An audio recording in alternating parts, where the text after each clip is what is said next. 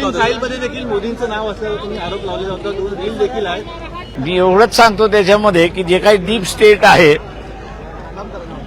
त्या डीप स्टेटनी अनेक लोकांना असं सांगितलेलं आहे की आरएसएसने मोदींचा राजीनामा घेतला नाही आणि त्यांनी बीजेपी मधल्या कुठल्याही माणसाला पंतप्रधान करावं.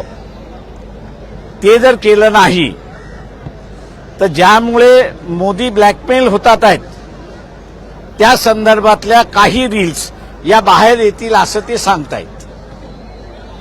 थँक्यू. त्या रील्स तुमच्याकडे आहेत का तुमच्यापर्यंत? अरे माझ्याकडे असते तर मी सोडल्या नसते का. परंतु ज्या पद्धतीनं भाजपा पक्ष बहुमत घेऊन सत्तेत आलेला आहे ते भाजपच्या नेत्यांना आव्हान न देता तुम्ही मोहन भागवत यांनी कारवाई करावी, यांनी मोदींना बाजूला हटवावं असं म्हणतात. हो, कारण का मोदीनं आरएसएसनीच मोदींना पंतप्रधान केलेलं आहे त्याच्यामुळे हटवण्याची जबाबदारी त्यांचीच आहे. कारवाई होईल असं वाटतं का? पण त्यांना बाजूला केलं जाईल असं राहिलाय. स्वतः राहुल गांधी हे देखील ज्यावेळेस लोकसभेमध्ये बोलायला प्रयत्न करत होते त्यावेळेस त्यांना बोलून देखील दिलेलं नाही विरोधी पक्षनेत्याला. मी असं म्हणेन त्यांना तिथे बोलायला दिलं नाही तर आम्ही इथे निमंत्रण दिलं होतं. लोकांमध्ये बोलायचं होतं त्यांनी लोकांमध्ये येऊन जर बोलले तर मोदींना काढा किंवा नका काढू.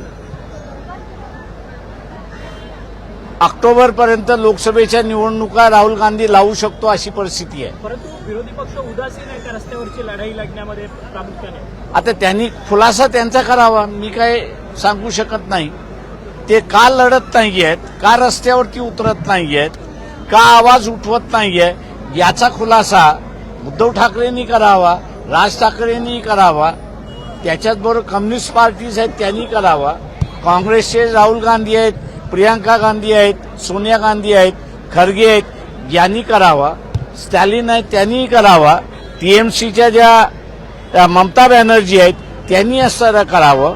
आणि सगळ्यात मोठं जे आहे ते दोन पार्टीज, एक म्हणजे नितीश कुमार आणि दुसरं असणारे चंद्रबाबू नायडू यांनी ऍटलिस्ट मोदींना विचारावं की तुझं नाव इथपर्यंतच आहे का, ह्याच्या पुढे पण आहे. भारताचे हवाई अड्डे ही कुठेतरी अमेरिकेच्या ताब्यात देण्यासाठीचं षडयंत्र सुरू आहे असा देखील दावा तुम्ही केलेला आहे. मी दावा नाही केला. मी असं विचारलेलं आहे की उद्या हे जर युद्ध वाढलं तर तुम्ही असणारं भारताचे हवाई अड्डे आणि आर्मी, का त्याच्यामध्ये डिफेन्स हा सुद्धा इश्यू आहे, तर तुम्ही असणारं आर्मी सुद्धा लेन करणार आहात का? आणि एअरपोर्ट जे आहेत ते इराणवरती हल्ला करण्यासाठी तुम्ही ते देणार आहात का? याचा खुलासा गव्हर्नमेंटनी केला पाहिजे. खामेनींच्या मृत्यूबद्दल अजून देखील पंतप्रधान नरेंद्र मोदी यांनी कोणतंच वक्तव्य केलेलं नाही. शोकही व्यक्त केलेला नाही. म्हणजे ज्या इराणने एवढी वर्ष भारताला काश्मीर मिळाला पाहिजे, भारताचाच काश्मीर आहे अशी ज्यांनी भूमिका घेतली, त्यांच्या एका खोमिनीसारख्या असणाऱ्या सर्वोच्च नेता हा ज्यावेळेस युद्धामध्ये मारला जातो त्याच्या संदर्भातला शोक संदेश सुद्धा सोशल मीडियावरती म्हणा किंवा इतर कुठल्या मीडियावरती पंतप्रधान देऊ शकत नाही.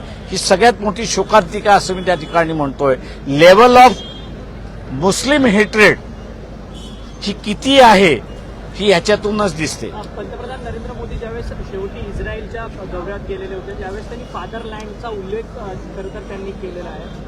खरं तर इस्रायलने भारताला कुठेतरी या सगळ्या संदर्भात अडकवलंय का या युद्धजन्य परिस्थितीत?